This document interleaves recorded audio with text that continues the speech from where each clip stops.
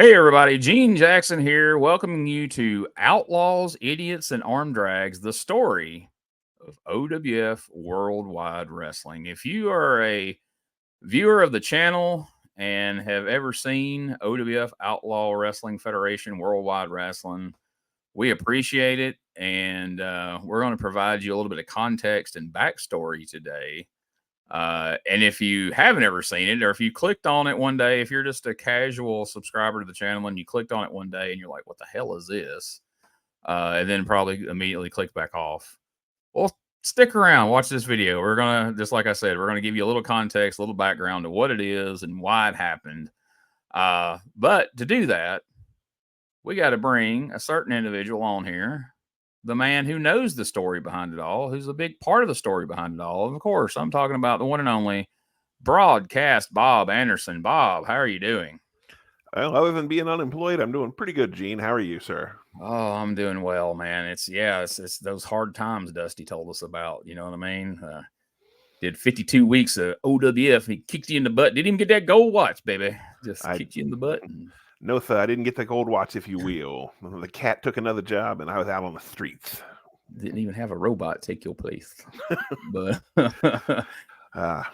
so yeah, if you're a regular viewer of Worldwide Wrestling, first of all 12 of them, all 12 of you, bless your heart, we appreciate you. And I know right now this feels like bizarro world to have me come up on the screen first and then bring up Bob Anderson. It's completely ass backwards, right? But we're going to talk a little bit about OWF Worldwide Wrestling, how it came about. We're going to talk about the clown that you got to know week in and week out, Whitey Jenkins, how he came about, why he came about.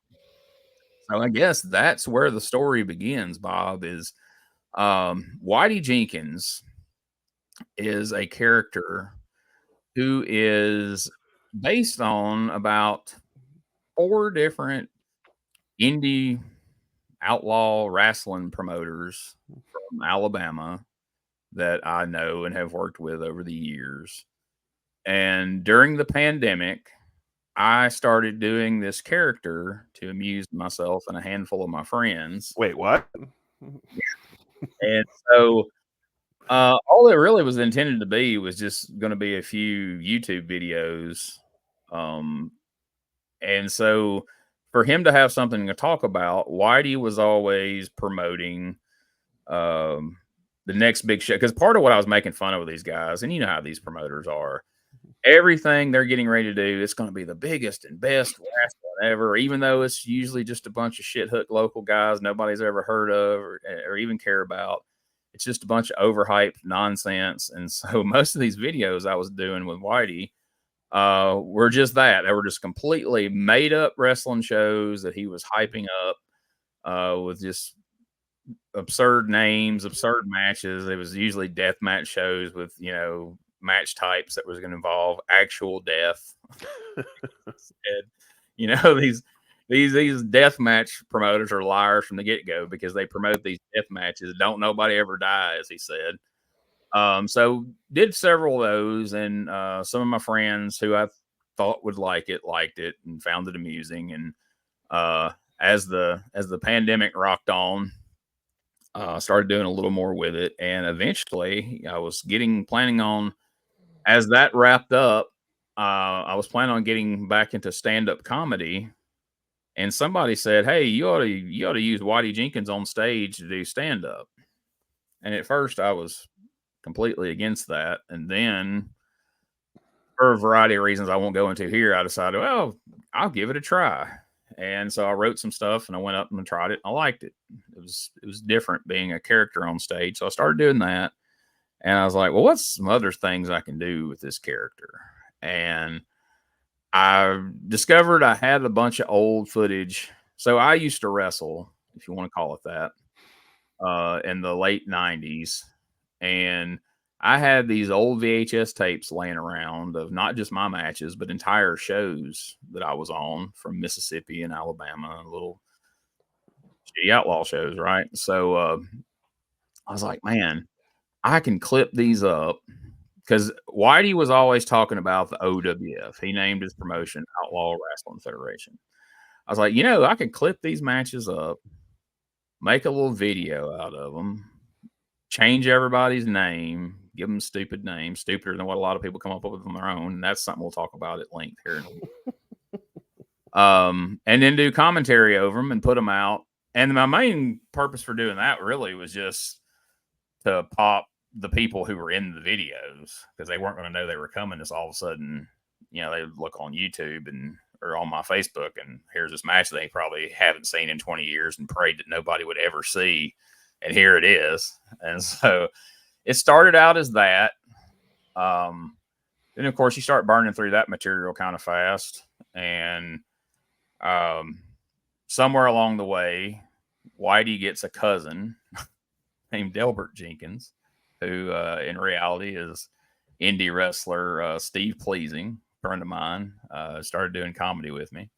And so as more people started seeing those OWF shows, people started sending me links to quote unquote bad wrestling. And perhaps the worst of it was a match involving a guy that I knew who he was. I actually had wrestled the guy years ago and had beat the shit out of him with a chair for how poorly his match was going. And we put that onto a show that we were calling OWF Sunday Night's Main Event.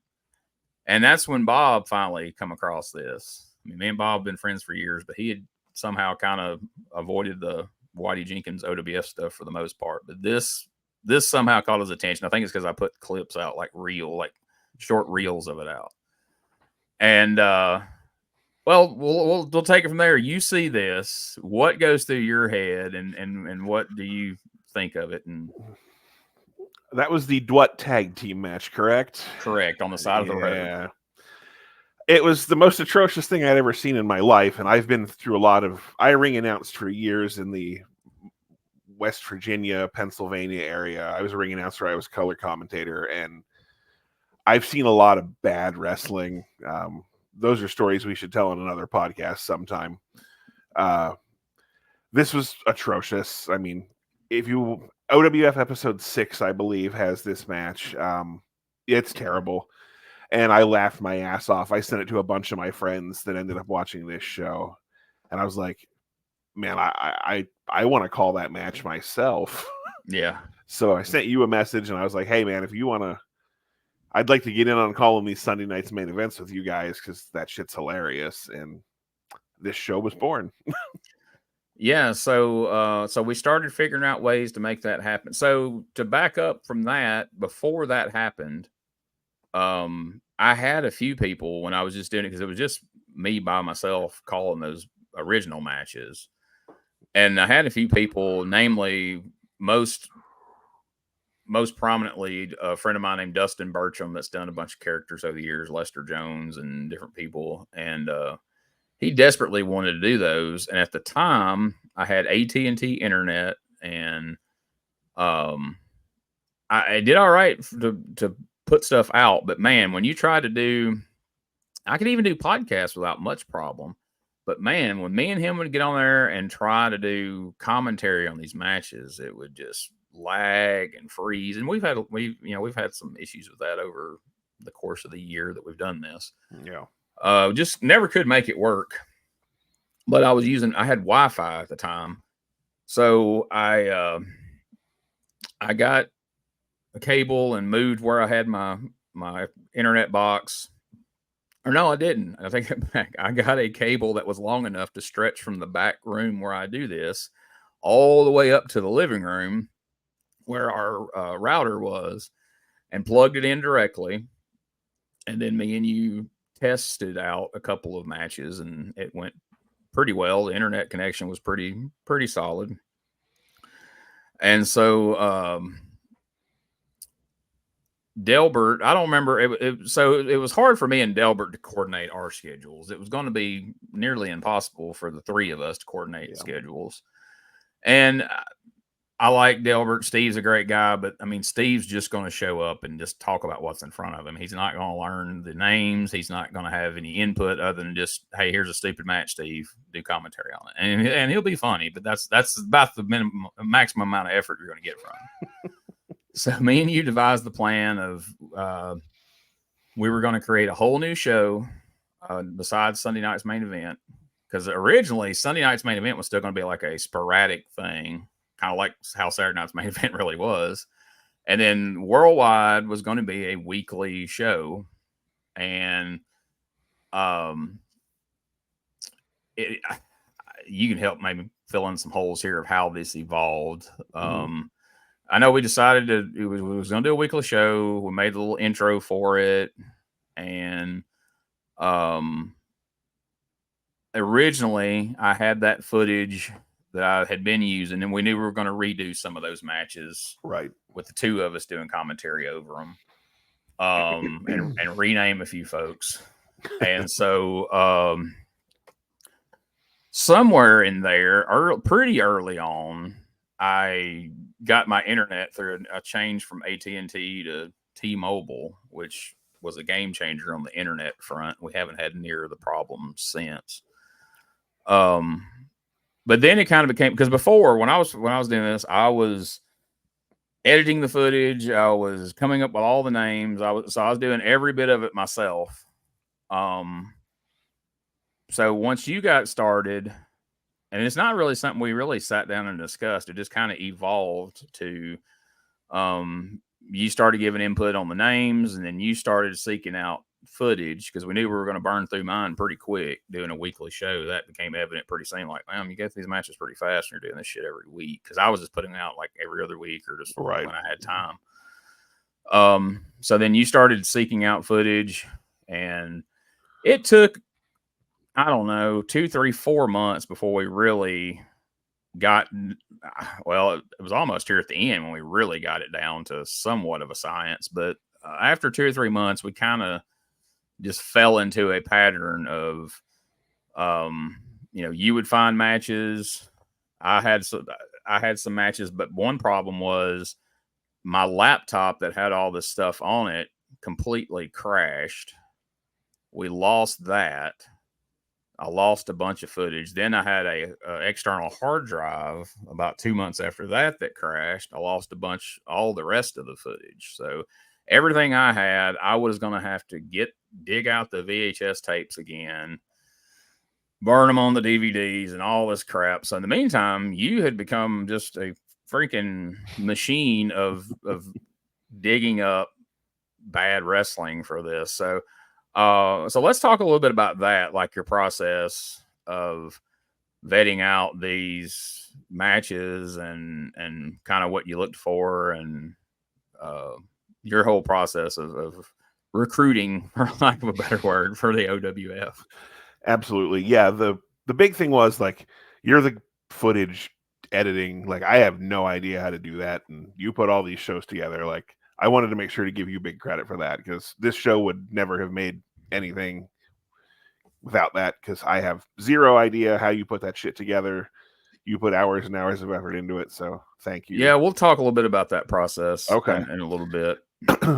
As for finding the footage, the first thing I did, like, most of the footage that looks like it comes from the exact same building with the blue tarp in the background and like the weird balcony on the side, like, that was a promotion that I actually worked for. I won't go into names just because. Yeah. But the promoter never paid me, so I figured pilfering his footage was fair game. Yeah.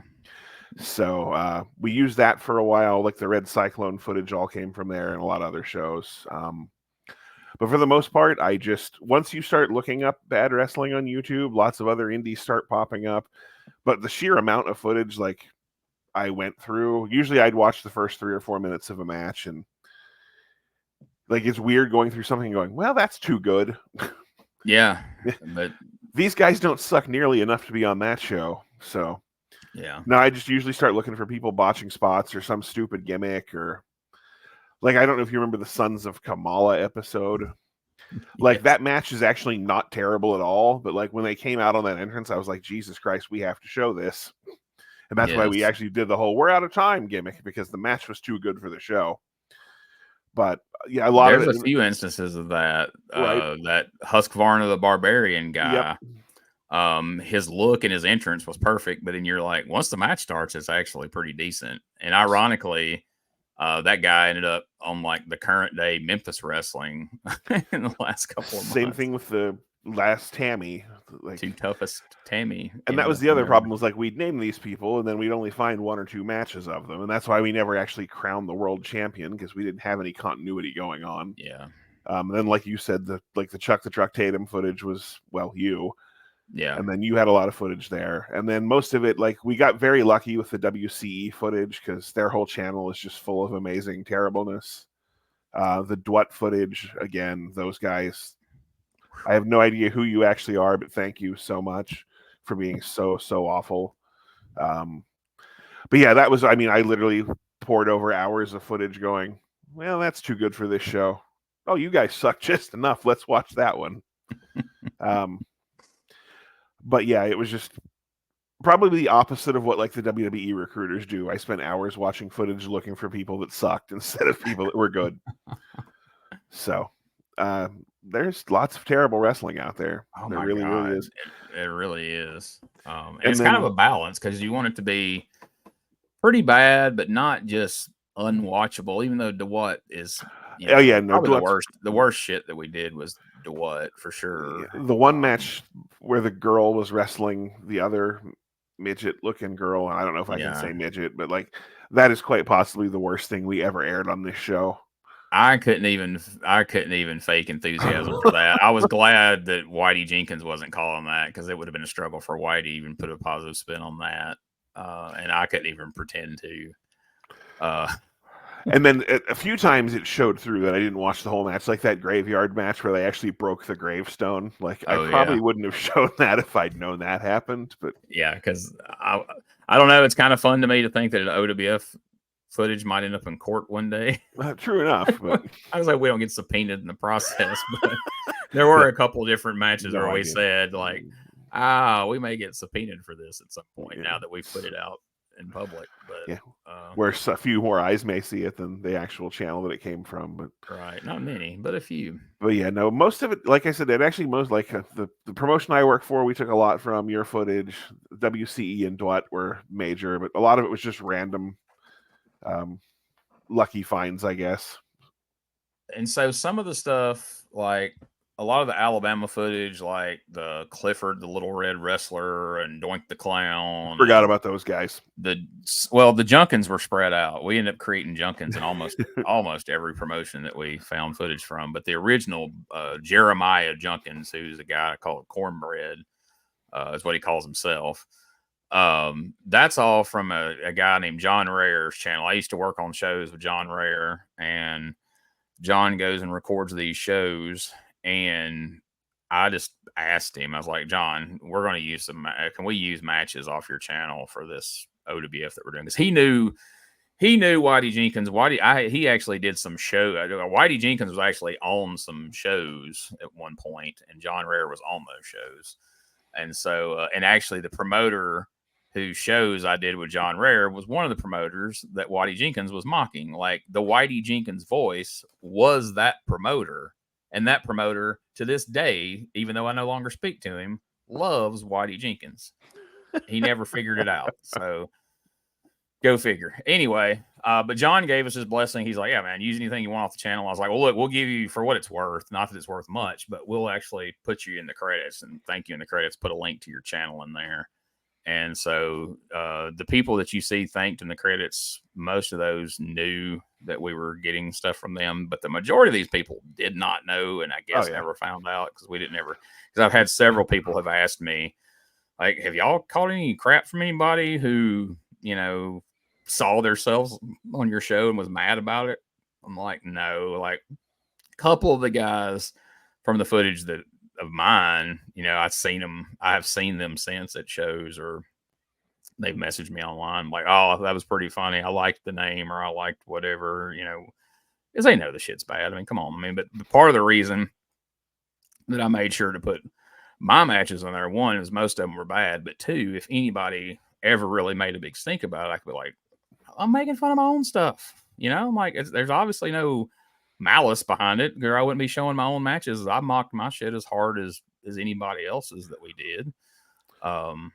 And I thought, you know, Chuck the Truck was a pretty fun character, and I thought, well, that's going to be the most continuity we can have because that was the most matches we had of any one person until we lost him, which we had shown the vast majority of what I had before some of my matches started getting a little better, and it would have been a little harder. It probably wouldn't have passed your test. You'd have been like, well, these ain't good, Gene, but they're not terrible. Right.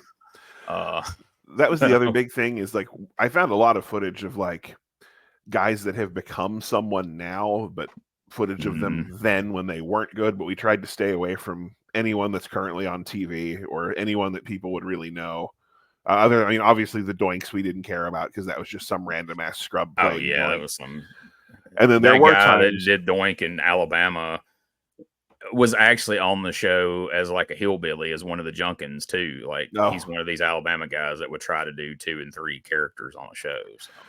And then I did find some footage of like people that are local to me that was very bad, but I was like, I don't want to use this and then chance them seeing it and then me being actually at a show where they could confront me because I'm a middle-aged man that would get my ass whipped. Well, Bob Anderson, there's those stories of Terry Funk and Cactus Jack confronting the Insane Clown Posse about the old Stranglemania tapes, and allegedly they like cut them a check on site.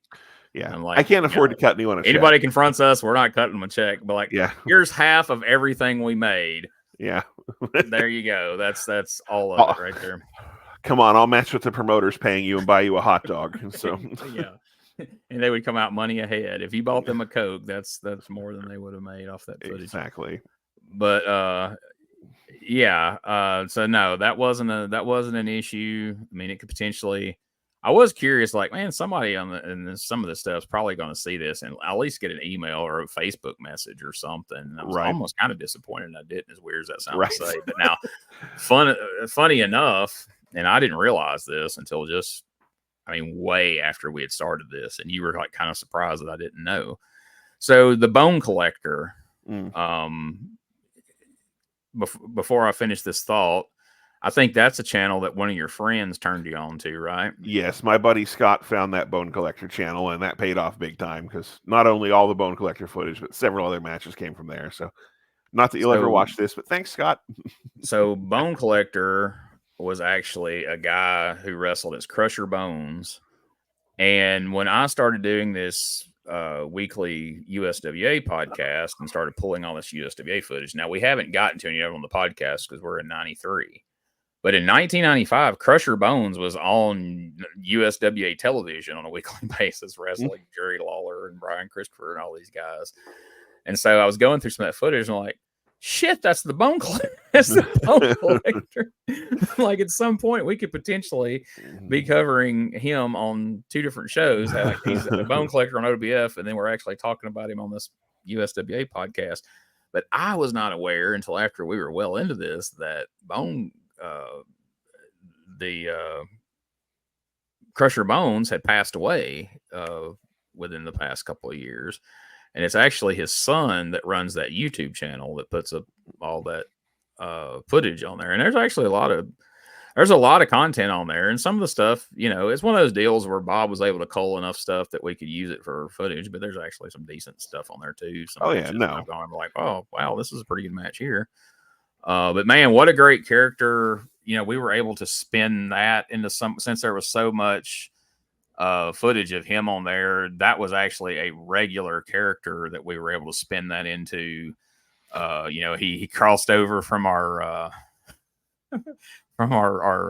foe and joined our, joined the OWF. I forget what we were calling the other Federation of Wrestling Outlaws. And so Bone Collector jumped, and it was the Friday at Noon War or whatever, and he came. And I do feel like, for the most part, he was one of the characters that we were pretty respectful towards. I mean, his matches weren't amazing, but they weren't terrible. And a lot of times it was his opponent that was really bad. I mean, I know we called him the American Dumbass, but that was just more of a riff on making fun of the Undertaker's nickname. So no harm done there. Exactly.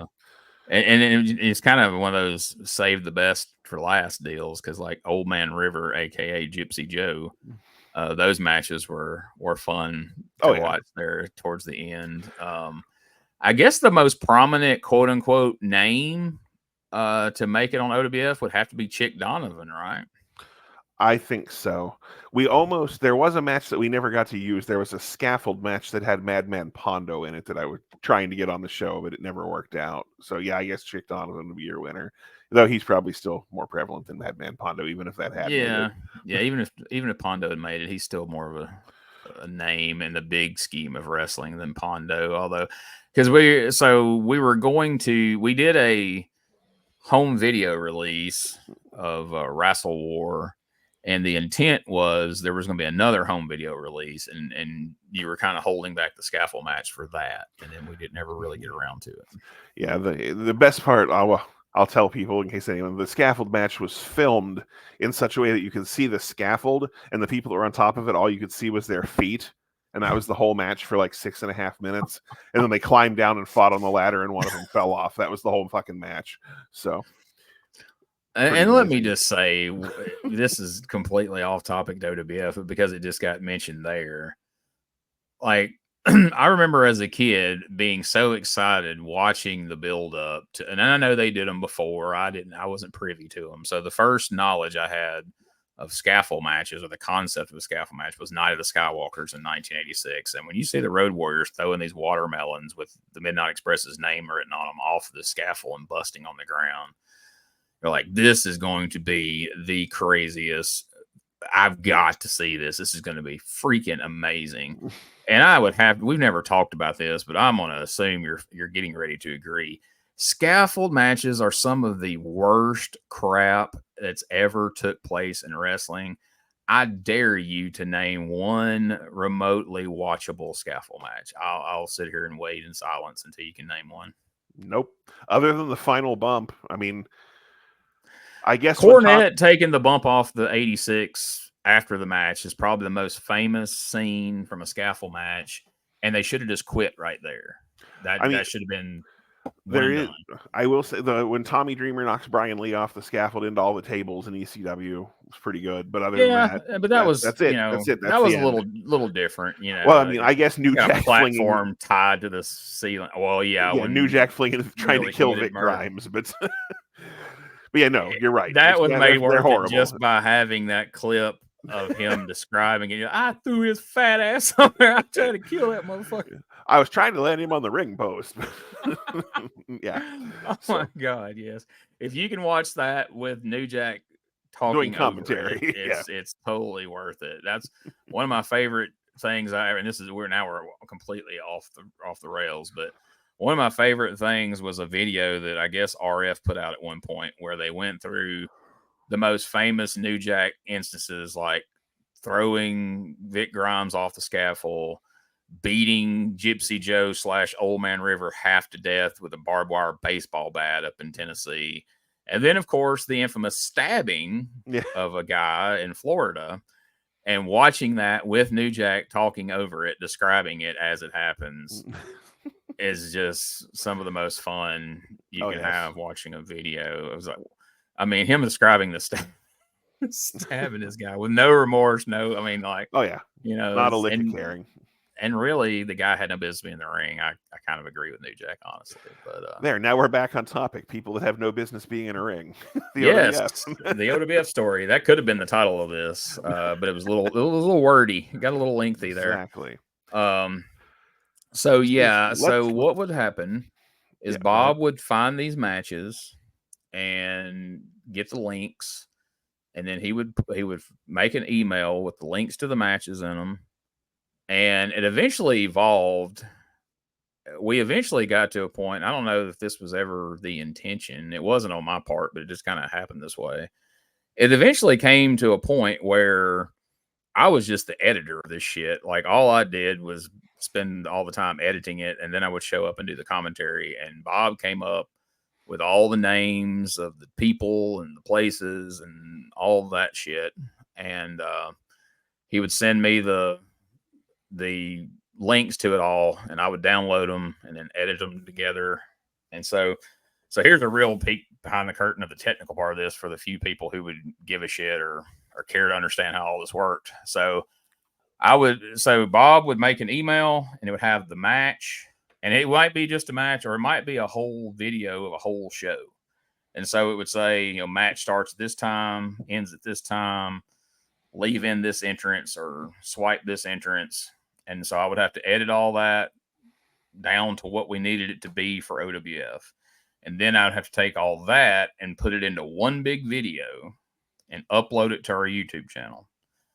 Then one Sunday a month or every 6 weeks or however it timed out, we would get together as we are right now and get on StreamYard here, play that video, and we would just do continuous commentary over that whole video, which usually came out to be about an hour, hour 10, hour 15.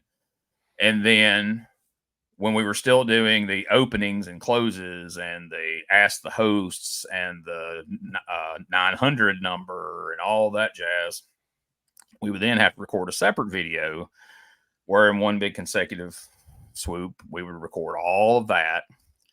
So then we'd have all this footage. And then afterwards, I would have to cut up the matches, then go and take all the footage of the promos and the ask the host and all the shit, cut all that up, and then go back and edit it all together, put in the opening, put in the match, put in the host spot, put in the commercials, which is another aspect we'll get to here in just a moment. Put all that together to what would typically run anywhere from about a 15 to 22, 25 minute episode. It varied, but that was the gist of most of them. So for that 22-minute episode, I had I don't know, usually 3 or 4 hours worth of editing and all that in it. You had the time it took to watch. So on average, for every one match we used on OWF, how many matches had you probably gone through? How much time had you probably spent to narrow down to say one match on average? That's hard to say. I mean, I went through tons and tons of footage, and I mean, I couldn't put a number on it. I mean, I'm not trying to. Probably not as much time as you think, but I did watch a lot of shitty wrestling. Yeah, but point being, there was a lot of 52 weeks of, let's just say, on average, 20-minute shows. There's a lot of hours of time put in on both sides of this to get there. And we're not complaining. No. But it's just like, if you're watching this and you're a regular viewer of the show, and again, thank you if you have been or if you've watched any of them. But if you're wondering why we're not doing it, it's like it's a lot of time put into those shows, and for the output, we couldn't find an audience for it for whatever reason. I guess my theory is, I don't know if Bob necessarily agrees with this, but my theory is there's so much bad wrestling out there now.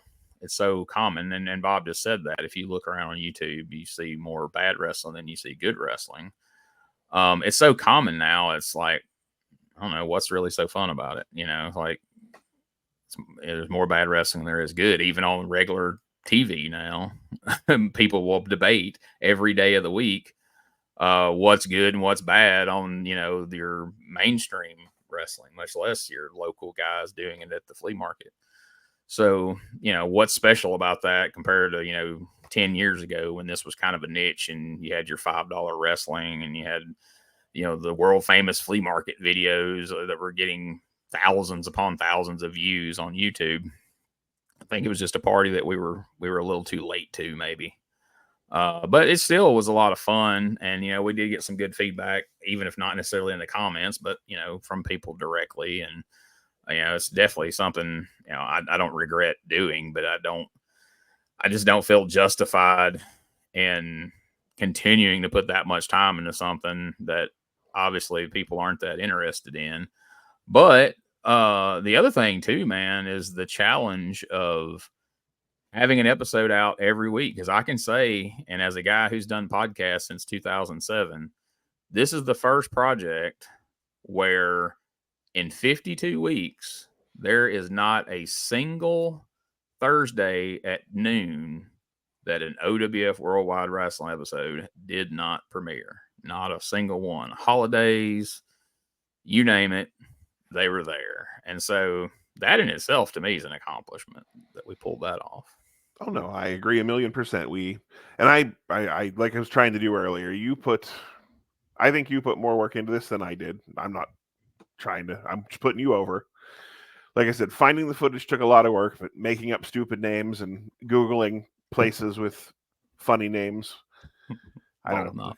Yes, Bald Knob. And like I said, for the first half of the show, I was looking at just regular places. And then I was like, why can't we make this funny? And finding places like Dildo, Canada, and Shitterton, England. And it was more because fun. everybody would just assume that's made up. But then if Right. anybody took a moment to look that up, like, oh my God, it's a real place, that's 10 times funnier. Oh yeah, every place that was named is real. So, but yeah, no, like I said, we like that UWF show that we did, like went for 12 weeks. Like, I don't know. To me, that felt like pulling teeth after about the first 3 weeks. But no, I enjoyed doing this every time.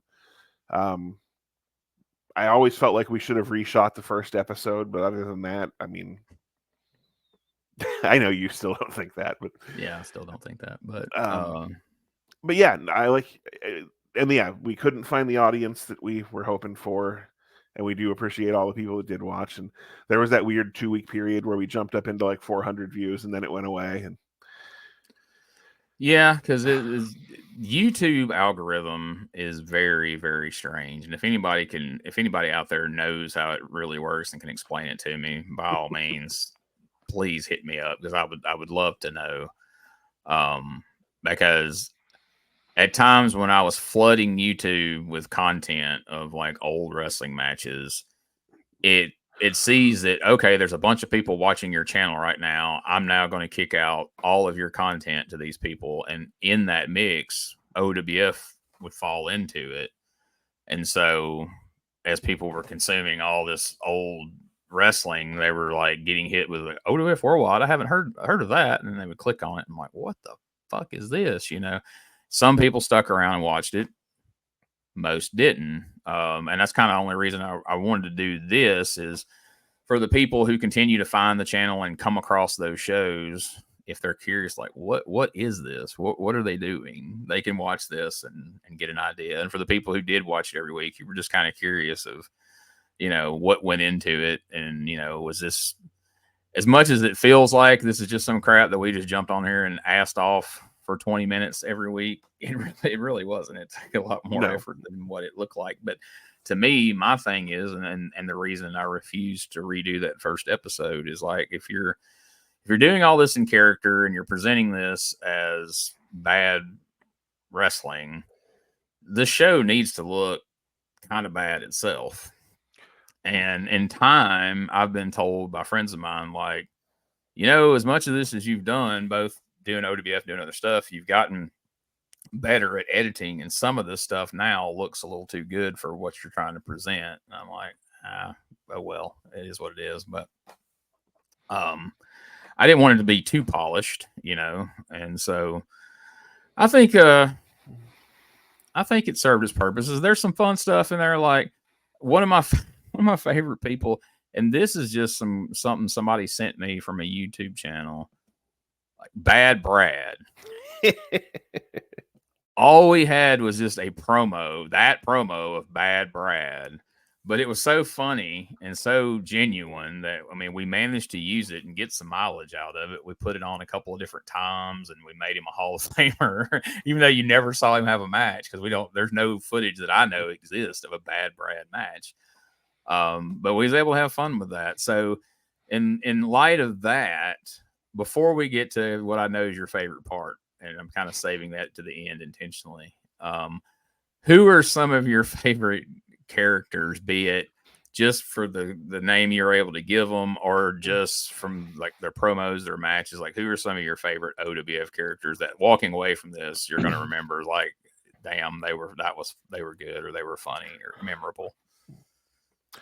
The guy that I think my favorite laugh that you and I had was the guy that set up out of the fucking grandfather clock or whatever it was. I don't even remember, the Midnight Devil or something. I don't remember exactly. But I just remember when the first time I watched that footage, I was like, holy shit, I can't wait for Gene to see this, because like he's sitting up out of like a curio cabinet or a grandfather clock or whatever.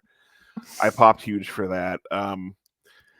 The guy, and you just picture a bunch of knickknacks or dishes stacked up in the kitchen, and his mom walking in like, "Where is my cabinet?" And she looks out the back door, and he is sitting up out of this thing like the Undertaker. You know he had to get grounded after that show was done. Oh yes, had to.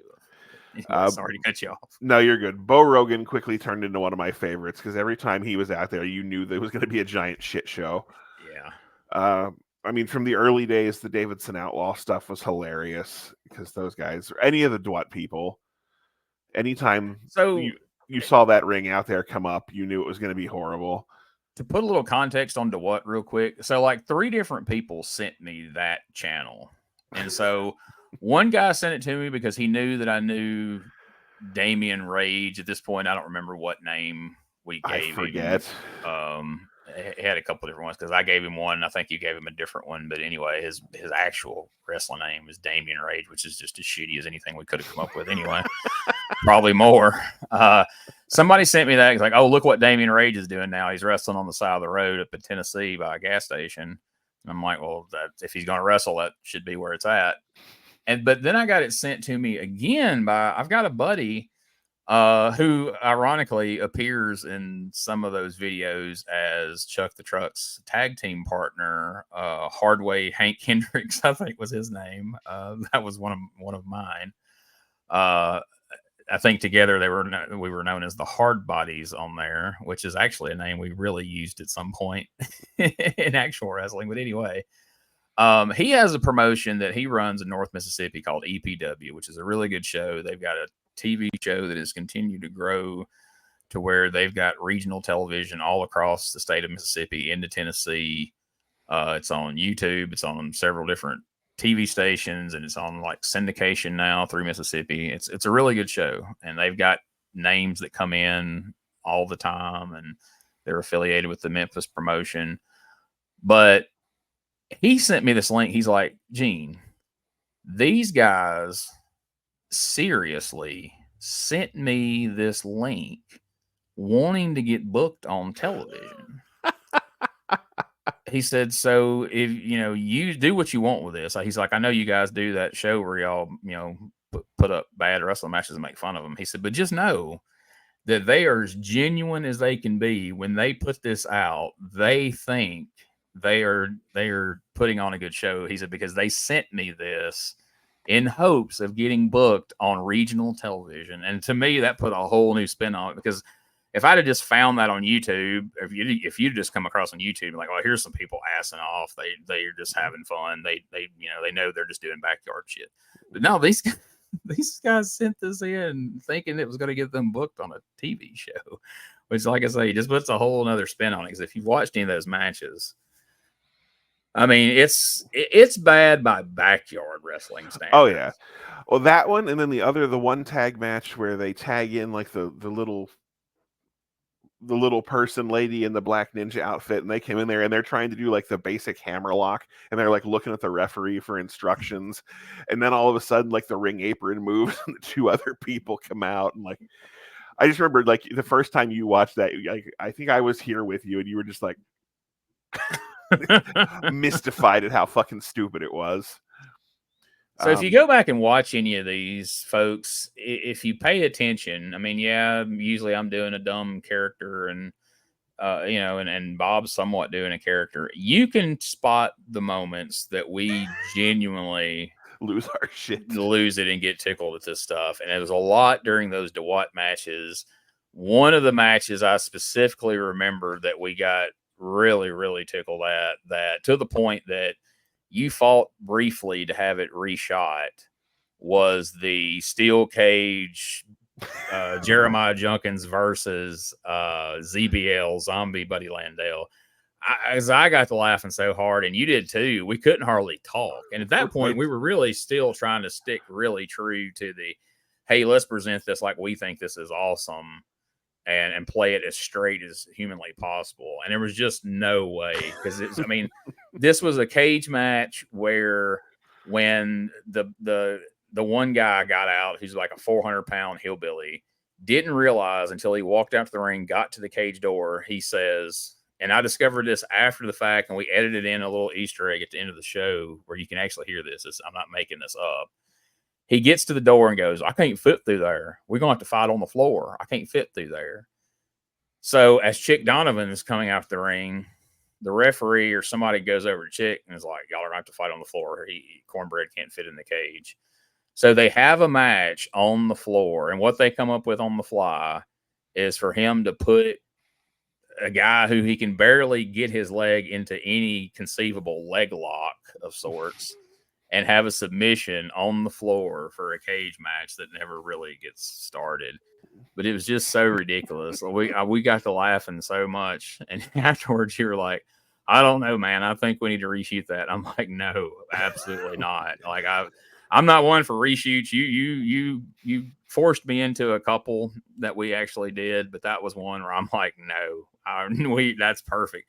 And everybody that I showed it to were like, oh no, man, that's what puts it over the top. The fact that you can tell you guys genuinely can't keep your shit together makes it 10 times funnier because of the fact y'all played it so straight up to there, and then you can't do it anymore. It's one of my favorite highlights. I guess we really never told people that. The original idea behind this was we were going to sell this like 100%, like we thought this was the greatest wrestling in the world that we were presenting. And then, yeah, like I said, certain stuff, it just got to the point that we were broken. One other thing, and then I want to switch the question to you. The other thing that I named that I thought was, I totally named it just to pop you, was the EIEIO wrestling when it was the kid that came to the ring. I get England's International Immaculate Elite. I don't remember the exact verbiage, but I only did that. Like, I saw the little kid come out, and I was like, I got to name this something stupid. And I was like, I'm going to name it EIEIO. The fact that you strung together enough words to actually make that make sense. Because in wrestling, I could see somebody naming something. I've seen promotions with wordy enough names that it's really not that ridiculous. But it was, yeah, because I didn't catch that at first. Because I would always go through. You'd send me the email, and I'd read down through the email, and I would read the names, and okay, the Extreme International, Obtuse, whatever the fuck all it was, but it was, and it didn't. I was like, whew. Well, you come up with a long one for that one. And then when I saw the initials, like, oh my God. Kudos for that one, buddy. You nailed that. So what about you? What were your favorite names? I'm terrible with remembering names. I remember moments more so than That's the fine. names, but those CWE shows to me were always my favorites. They kind of came along or really hit after that, what we were just talking about with Jenkins and Zombie Buddy Landell, which we were afraid was going to be a controversial name. But we didn't get any grief over it. But well, he really does look like Zombie Buddy Landell. He did. I mean, that was my shoot reaction when I saw a picture of 2023 at the time, Chick Donovan. I'm like, Jesus, he looks like the corpse of Buddy Landell. It was wrestling. But those CWE, there was usually always a moment in most of those matches that would genuinely break me, because it would just be a move just so dangerously poorly executed that you just knew somebody just got their neck broke or their leg I was broke. specifically that neck breaker that the guy we called Bo Rogan took, and I remember you were dying, and I was still trying to call the match, and I was trying not to break because you were laughing so you hard. Hear this high pitch, like I have like a ha ha ha chuckle, like working chuckle, I guess you could almost call it. And people who know me and friends of mine who watch these will message me and go, oh my God, that one got you, because that was your real laugh. Like, it's kind of a high pitch. I'm embarrassed of it. I don't like my laugh, but you can tell the really legit ones. And those matches more than any would get me, as I remember being a big fan of Mr. Smalls. Yes. We had some fun moments in his matches. That is one thing I'll throw out there. The OWF Worldwide may be over, but there still may be a special once in a blue moon. And because that WCE is apparently, you watch their channel and it's got worlds of shit. I mean, you told me at one point. If we're ever bored. Yeah, you told me at one point, you're like, dude, if we wanted to make this easier, we could just pull episodes of their show and then just talk over it. You don't have to do all this editing and chopping shit up. Just cut the sound and cut the entrances, the names out of the entrances, and we could just do their show every week. And it's the biggest gold. problem, like finding, like most of their matches were 20 and 30 and 40 minutes long. And like I could only find the short ones, like because we were trying to keep the show short. Like some of their shit were like 40. I'm like, if these guys suck at 12 minutes, how fucking bad is 40 minutes gonna be? Yeah, no kidding. Yeah, there's the concept of time for bad wrestling is a big issue. they don't know how to keep it short and sweet. And the other thing, like I tried to stay away from deathmatch shit because there's so much of that out there. And to me, like I'm not like I know a lot of people like it, and I'm not a huge fan, but I mean, and a lot of it is really bad. So I tried to stay away from too much of that on the show as well. But yeah, because you could make a whole show of just that every week. But because I mean, I don't know. And they're usually out there hurting themselves for real, and it's like, all right, that's not fun. I know the guys that are doing it professionally. Like I love Matt Tremont. I've worked so many shows with him. He is a talented man. But you get Billy Jack Nobody in the backyard throwing his ass in carpet strips because he thinks he saw it on TV. There's a huge difference in talent levels there, and I didn't want to showcase that on this show. So. And I always hated that in those like really bad death matches where they go out there and they literally damn near kill each other, not because they're so rough, but just because they don't know what the hell they're doing. But then they all want to hug each other and act like, like an old Ring of Honor match where they just had a 60-minute draw and you have that show of respect afterwards. Right. Thank you, brother. And I mean, I went and did commentary on a death match tournament one time. It wasn't the worst death matches, but it certainly weren't the best. But almost every match ended like that. Like, okay, you guys were just literally trying to murder each other, so we're supposed to think. And at the end, I respect you, man. You're a tough guy. And yeah, you just tried to put my eye out just 5 minutes ago with a, fucking railroad spike, but now we're going to hug and walk out holding hands. Like, what are you doing? Now we got to turn and watch another one of these and try to forget that, you guys just went out on a date after the previous match. Yeah, that's I chose not to showcase that here. Good job. I applaud that for sure. So, all right, let's cut to the chase. This has gone on longer than I know I had intended, but one of what I know for a fact is one of your favorite aspects of the show. And a couple people over the course of it, like friends of mine, were like, "What are y'all doing with this? Like, how are y'all choosing these? What is the relevance or whatever?" So we threw it from the very beginning. We started throwing in old commercials.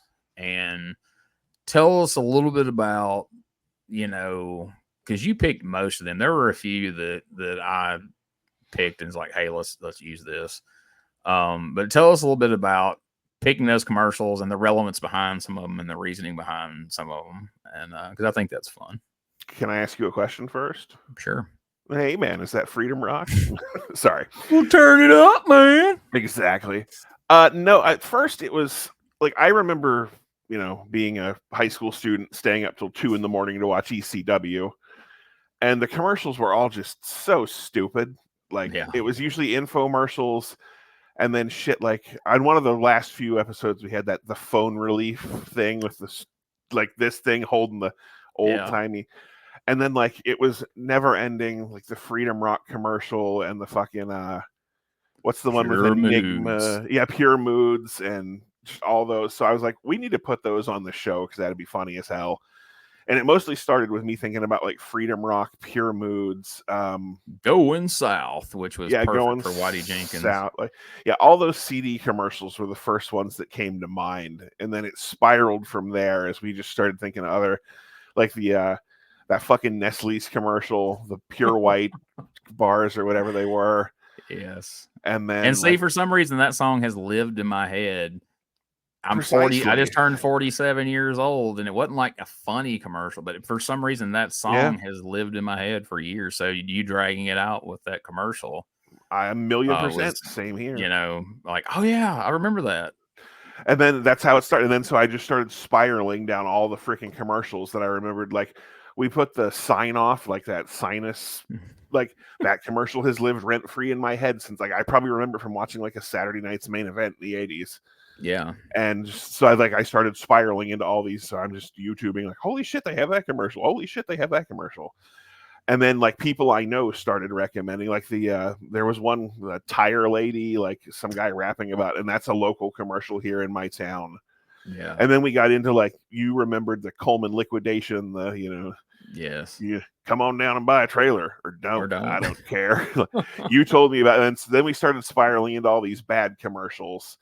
Butt And then drugs and butt drugs, and I don't even remember all the other ones. And then like other people started telling me, oh, you got to use this commercial. You got to, and then like I remembered the big loader commercial and ruined your life for big loader. Yeah, God dang, ruined your life for several. Yeah, we'll so get here's to we'll get to the one. We'll get to the one, but I guess, and because I tried to explain to people, because like I said, some people are like, well, what's the relevance of this? I'm like, well, look, there's not really a relevance per se. I'm like, to me, the fun of it is that they're kind of all over the place, because some of them you can tell are strictly comedy, like butt drugs and the Red House and shit like that. Yeah, that one. We're just put in just for random comedy facts, but then there's ones that, like you said, all the different music CDs.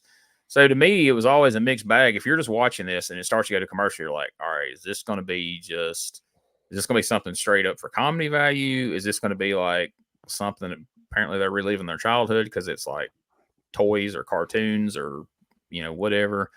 That to me was the randomness of it was what was so fun, because if you're trying to pick it apart and figure out why the only connection we ever tried to make between us and the commercials, which I thought was funny, was the fact that we tried to act like we were running these commercials for products like the clapper and the CDs and all that, because Whitey and Bob won a auction for a storage locker that had tons of all this shit in it, and now they're trying to sell it. But after a while, we just kind of even had to give up on that concept because there was no way to tie in some of this other stuff. Well, sadly, I happen to own a few of the CDs, so I was that was great when you were able to like whip them CDs out sometimes during the the in betweens. It's like, sadly, I think I owned Going South, Millennium Hip Hop Party, and maybe one other one. And you can't I was looking because my buddy Chris that lives in Ohio, he is the one that he loves the Freedom Rock commercial. Like when I go to visit him at least once during the trip, he'll be like, hey man, is that like we do that bit. And so like after we ran it on this show, I was like, you know what, I'm gonna find a fucking copy of Freedom Rock and buy it and give it to him as a gift. They're like $46 on eBay. I'm like, I'm not paying 46. Like not for a rib gift, right? Like you can get a copy of Pure Moods for like $8. You can send him a link to a playlist on YouTube that has all the Freedom Rock songs on it. I found it. I listened to it. If I could have got him a copy of that for like $10, I absolutely would have bought it as a fucking gag gift. But I was like, $46, suck my dick. Like, oh no, Classical Thunder. That's my favorite because that's the one I remember during ECW because it always blew my mind. Here we were in the middle of like the grunge revolution or whatever you want to call it, and here they are trying to hawk like Beethoven, but that guy's voice, he'd be like, Classical Thunder, 30 jarring tracks. I'm like, who the fuck are you selling this to? The guy who was just rocking out to Rob Zombie a minute ago. Yeah, the Pitbulls came out. Yeah, here we are with all these long-haired kids wearing flannel shirts and smoking cigarettes, listening to fucking Pearl Jam and Nirvana, and we're gonna be like, oh yeah, let's get some fucking Beethoven, dude. Like, dude, we need some Classical Thunder, man. Right? I think that's where it's don't get me wrong, 46-year-old me would love to own that fucking CD. But... yeah. Not back when you were rocking ECW in the 90s. That's right. Sure. Yeah, 15-year-old me was like, who the fuck is this shit for? Like, this stuff sucks. Exactly. But and then I'm just trying to for the Christmas episode, that's when we ran like the 4 toy commercials together. I was like, that reminds me when you were a kid and like those came on and you're like, Mom, I want that for Christmas. Yes. We did some fun holiday themed shows. We did. I'm proud of some of those. The fact that I worked in Run DMC Christmas and Hollis as the theme music in between the matches. Dude, the fucking 4th of July shit with the America fuck yeah. Like when you sent that to me, I popped so goddamn hard. Like you have no idea. Like, and then with the closing music, I was gonna say that was what I was most proud of because I thought of that like months out. I was like, when we get to 4th of July, we're using the America fuck yeah from Team America. And I told my wife that I'm like, we're going to use America fuck yeah for 4th of July. And then we were just sitting there, and she's like, well, you know what you got to do at the end. I'm what? It's like you got to use the sad, bummed out version too. And I was like, that might work. And then when I saw just, and I don't think you planned this out, but No, just by pure coincidence, the finish of the main event, the big American themed babyface lost. I was like, oh my God, it's perfect. I went back yeah, and told her, I was like, you're a freaking genius and you didn't even know it. I never actually watched the end of that match, so I had no fucking idea till we watched it live that happened. And that's one of those times when you can tell genuine like response, because I was shocked. Because when I edited it, I didn't usually watch these matches when I Right. edited them, because I wanted to kind of get a genuine reaction, because I liked whenever something popped me or made me laugh because I didn't expect it. So I didn't watch the finish either. And you can tell, like, we're both kind of like shocked and bummed out. And I'm sure most people thought we were acting like, yeah, they probably watched this match 10 times before they Right. recorded this. And it's like, no, we were both like, I was like, because I remember, like, I was like, Bob, are you freaking kidding me? Did he just lose on 4th of July? And you're like, yeah. Oops.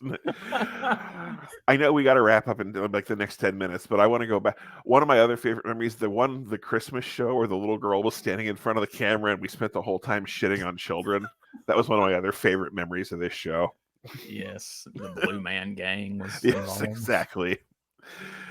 That was a favorite name of mine, by the way. The Blue Man Gang. I was pretty proud of that one myself. I wish I had compiled the list of the names. There were a lot of favorite names, but like I say, my memory is horrible. But the Blue Man Gang was a fun one, and of course, it was funny because anybody who was remotely able to be tied into a hillbilly became a Jenkins. Oh yeah, if they were wearing blue jeans or overalls, the guy with the pig mask like that match wasn't even that bad, but as soon as I was like, I remember I sent you a message. I was like, Gene, this match doesn't suck, but the guy's wearing a pig head, and you were like, put it on the show. Yeah, I was like, I'm sorry, it could be freaking Eddie Guerrero and Dean Malenko, but one's wearing a pig mask. This is OWF material. We'll make it work. But okay, before we move on from the commercials, I mean, I know we kind of have, but the coup de grace of the commercial, or were you saving this for the very end? No, we can do it now. This was my buddy Scott. It was the same one that gave us the Crusher Bones commercial. He lives in Virginia. I won't give away his exact location, but he messaged me. He's like, you got to use this. And I was like, okay. He's like, this ran all through my childhood. He's like, the song's been stuck in my head for 40 fucking years. And I was like, okay. And he sends it to me. And I was like, holy shit, we got to use this. So, different ones at different times. The Butt Drug song was in my head for a couple of weeks. And later on, Big Big Loader was in my head for a good long while. And it probably will now that we've brought it up again. But I remember the first time you sent me this commercial and I clicked on it. It's June Ree Self-Defense. And no, it's not me saying June Lee in a racial. That's the name of the guy. It's actually June Ree Self-Defense. That theme song has been in my head ever since. And if it gets too quiet for too long, I still June Ree Self-Defense. And then I'll just be walking around outside. Nobody bothers me. Nobody bothers me. Yep. And I remember singing it. USA 1000. Yeah, you got to finish it. I remember singing it as Whitey Jenkins on the show, and then I would get it stuck in my head in that voice, which was even more maddening. I feel the need to explain one other commercial. Not long ago, we played one for Attorney Edgar Snyder, which that's another case of that guy has been on TV here where I live since I was a small child. The guy's got to be 300 years old at this point. But he's got this like, hi, I'm Attorney Edgar Snyder voice. Like he has that, like he sounds like fucking Gilbert Godfrey. And it feels like a Saturday Night Live sketch. Yeah, the commercials are always terrible. But then he had that one, and that must have been out like in the late 90s, early 2000s. Like, I like dogs. What the fuck? And I just happened to be able to find that one on YouTube. And then the other one was the Grandma's House commercial where the guy's dressed in drag. Same thing. That guy was on like all through my childhood, and even come on down to Grandma's. Like he sounded like fucking Jimmy Hart. Yeah, baby. And fortunately, I couldn't find that. My wife somehow through her Google foo found that commercial for us. Wow. And yeah, if you didn't mention that commercial, I was fixing to bring it up. I was like, man, it was such a weird commercial. And then to find out that there were lots of them, and then that went on for that shit years, ran here for crazy. at least 30 years. There was one other one that was super low. Oh, the Century 3 Chevrolet, another one, like you said, because at the end they do the Century 3 Chevrolet, 11 in Church Road, Pittsburgh. Like, same thing, been stuck in my head for 40 years at this point. So I just was like, I got to get all that shit on the show. No, it won't pop anybody but the 3 people locally that watch it. But I promise you, it's living in some people's heads, whether they intend for it to or not. I dare anybody to watch the June Ree self-defense video and not get that song stuck in your head. Oh my God, it's so that was half the point of the commercials, for me to get the shit stuck in other people's heads. Well, once you realized they were getting stuck in my head, you were taking a little too much glee in that. And I know after you sent it to me, you asked me a couple of times, like, have you watched the Big Loader commercial? I'm like, no, I ain't yet. So I'm like, all right, let me watch this commercial and see what he's talking about. So I click on it, and once he gets going, Big Loader. And then I can't tell you what half the words are, but I just hear that in my head. And then you come to realize it's the Hong Kong Phooey song. Exactly. It took me a while to come up with this. Like, that I've never seen this commercial. Well, I'm sure I saw it back in the day when I was a kid, but it's like, it's so familiar. And then when you figure that out, you're like, oh, that's why. Like, it's Hong Kong Phooey. Oh, and I do feel the need to mention the most sexual kids toy ever. Mr. Bucket, put your balls in my top. Put your balls in my mouth, Mr. Bucket. Mr. Bucket, out of my mouth they will pop. Who the fuck approved that? Mr. Bucket, Bucket's so fun. Yeah, I felt weird going around because that one was in my head too, and I'd be walking out to get the mail at work. Mr. Bucket, put his balls in my mouth. Like, oh my God, please stop. Oh shit. Damn you, so yes, we had a lot of good fun with the commercials. That was one of my favorite parts, was finding those and going, oh, we got to put that in there. The one that I think you found the David's Pizza commercial. That's been living rent free in my head. So yeah, anyway, I found some of those early on that I would just search for funny commercials or bad commercials, and it was kind of like the matches, and like, no, that's not good. That's not. Oh, here we go. And some of them are just so freaking weird. It's like, how did this ever make it on the TV? The roller skating one was pretty good too. Yes. Anyway, we should get off this, or we can talk about these for an hour. Yeah, but so I just want to say, like I say, anybody who watched even one episode, we appreciate it. We hope you had fun watching it. We had fun making them, and we're not making them because we didn't have fun. That's not to say the OWF may not pop up from time to time with some just that grind of having to have them out every week, come hell or high water. We've got to maneuver our schedules around, like, oh God, we've got to record by this date or we're going to run out. And luckily we stayed on top of it to where we never got down to the wire where I was like editing something on Wednesday night because it had to be out the next day. Like, we were always a week or two ahead, usually weeks ahead. But it's just always in the back of your head, like, oh man, we got to get this done. We can't, let it not.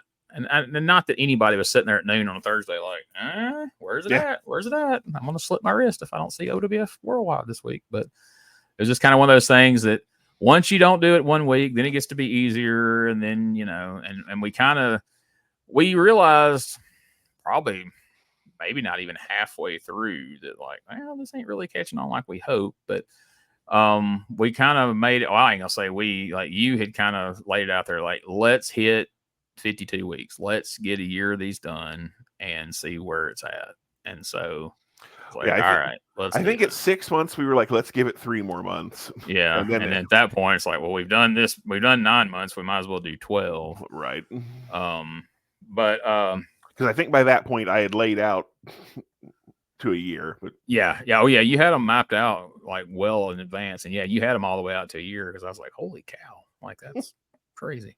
But but I've enjoyed doing it, doing the shows with you, and it's gave, if nothing else, and that's one of the reasons that kind of kept some kind of project going all the time, is it gives us an excuse to get on here and hang out because, we spend an hour or two recording this stuff. And just like today, we spend, 30 minutes or an hour before or after both, shooting the breeze and talking before. And, gives us crap to talk about during the week. Because that's the other thing, too. Like, we talk about the time we spend editing, but we spend a lot of time while we're supposed to, each of us at work at our jobs, messaging back and forth, hey, watch this match, or hey, what do you think of this commercial, or hey, what do you think of this, or whatever. And so, gives us something to talk about besides the other wrestling related crap that we used to spend our time talking about, which even less people saw. Even less people saw than this. That's probably a good thing. We won't go into that. We won't ever do a podcast on that. But anyway, regardless of whether we're working on OWF or not, we're still going to keep in touch. We will find things to do to keep us occupied and to do wrestling related things. I spoke to you before we started recording about another potential little fun wrestling related project we may do that we hope people enjoy.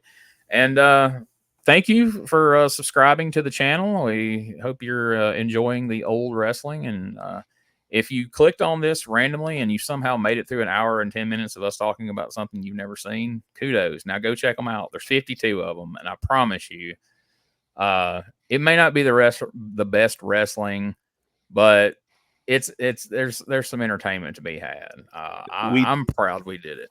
We definitely get better as we go along because, like I said, I think the first episode's not so good, but whatever. Again, because I tell you, not to, I'm doing like a recent podcast guest I have where we're wrapping up and then I ramp into another topic, but I'm not going to do that. And you kind of touched on this earlier, but I did want to double down on it. When we were doing Sunday night's main event, so like I said, it started out, it was just me, but Sunday night's main event, we had Cousin Delbert on there. We also had another friend of ours, Charles Anders, would come on some. And in those episodes, Whitey liked the matches, but Delbert and Charles would dump on them and talk about how crappy it was. And separately from the OWF, we had another project where we were watching a lot of the shows off of John Rare's channel, and we were just all three shitting on them. And me and you discussed in the beginning, all right, there's two different ways to do this. We can just watch these shows and make fun of how terrible they are and shit on them, or we can try to put them over and play this up like, oh, this is, the great OWF wrestling. And I said, and you agreed, because it was something we didn't get into. I know we talked about this on another podcast on a completely different channel that I'm sure nobody that's watching this saw. Your original motivation for wanting to do this before you saw the video of mine that you saw was a video somebody posted up on a message board somewhere. I was like, hey, this is a match of mine that was terrible. And one of the guys in the group edited in him doing commentary over it and put it back up. And he was putting it over like it was WrestleMania. And you thought that was funny, that was the real humor in it. Not that if he just got on and shit on it, be like, yeah, it's bad wrestling. He's making fun of bad wrestling. But to get on there and put obviously terrible wrestling over like it's great, there's the humor. And so me and you both agreed from the beginning that would be the humor of this, of us not just completely just dumping on it. And over time, we kind of evolved to like, well, there's a fine line between we put it over, that's funny, and then sometimes some things are just so bad that we have to acknowledge it. And I know me and you actually had a couple of lengthy conversations, and in that podcast that I'm referring to that's out there, the Jackson Interaction podcast with Bob Anderson, it's on the Main Event Comedy channel if you have any interest in it. We talk about this and the whole UWF podcast debacle as well. But we had some pretty lengthy conversations about pros and cons of that, and that's what we landed on, is like, all right, well, we're going to put it over, but then at times there's stuff so bad that, yeah, we'll laugh at it, we'll kind of make fun of it, but we're never just going to like berate these people and just, drag them through the mud as people do. And I think that was the fun of it. And I think that's what made it work, because, yeah, there's a ton of stuff out there where people are just shitting on bad wrestling. And, I mean, where's the fun in that, I think what we did was made it fun, and it made it challenging. to watch that stuff and try to figure out nice things to say about, especially you're watching one of these do-what matches or D-what matches or whatever you want to call it. What? It's tough, but we did it. So yes, we did. Well, all right, man. I appreciate you doing this. I appreciate you going on this 52-week journey with me of OWF and actually, putting a foot in my ass, because I'll be honest, this shit would have ended after 6 months if it had been up to me, just because I'm lazy. And if I don't see results, I'm just like, why are we doing this? And you're like, no, let's keep going. So I'm glad we did, because we had some fun. And I think maybe they will find an audience here and there. I mean, our most recent episodes are up like, a lot. I'm not going to say the number because people are like, God, that's all that's watching it. But like, our most recent episodes have doubled the views of what had become our average. So, well, of course, we're quitting. we're quitting. So people are like, oh, well, let's see what they're quitting. So, if those numbers keep continuing to trend upward, who knows? Maybe there'll be some more OWF. And maybe if it's not OWF, we've also discussed maybe doing some things here on the channel where we, either watch some bad wrestling or we watch some good wrestling, maybe some global or something, and talk about it, and maybe still throw some commercials in there just for the pure hell of it. Who knows? Sounds like a plan. All right, folks, that's it. We've been trying to wrap this up for 20 minutes. We're actually wrapping it up now. Thanks for watching. Outlaws, Idiots, and Armdrags. You now know the story of OWF, Worldwide Wrestling, and you said you wanted to close. Yes, even though we won't be back next week, I'll do this one last time. Ladies and gentlemen, for Gene Jackson, this is Bob Anderson saying, nobody bothers me.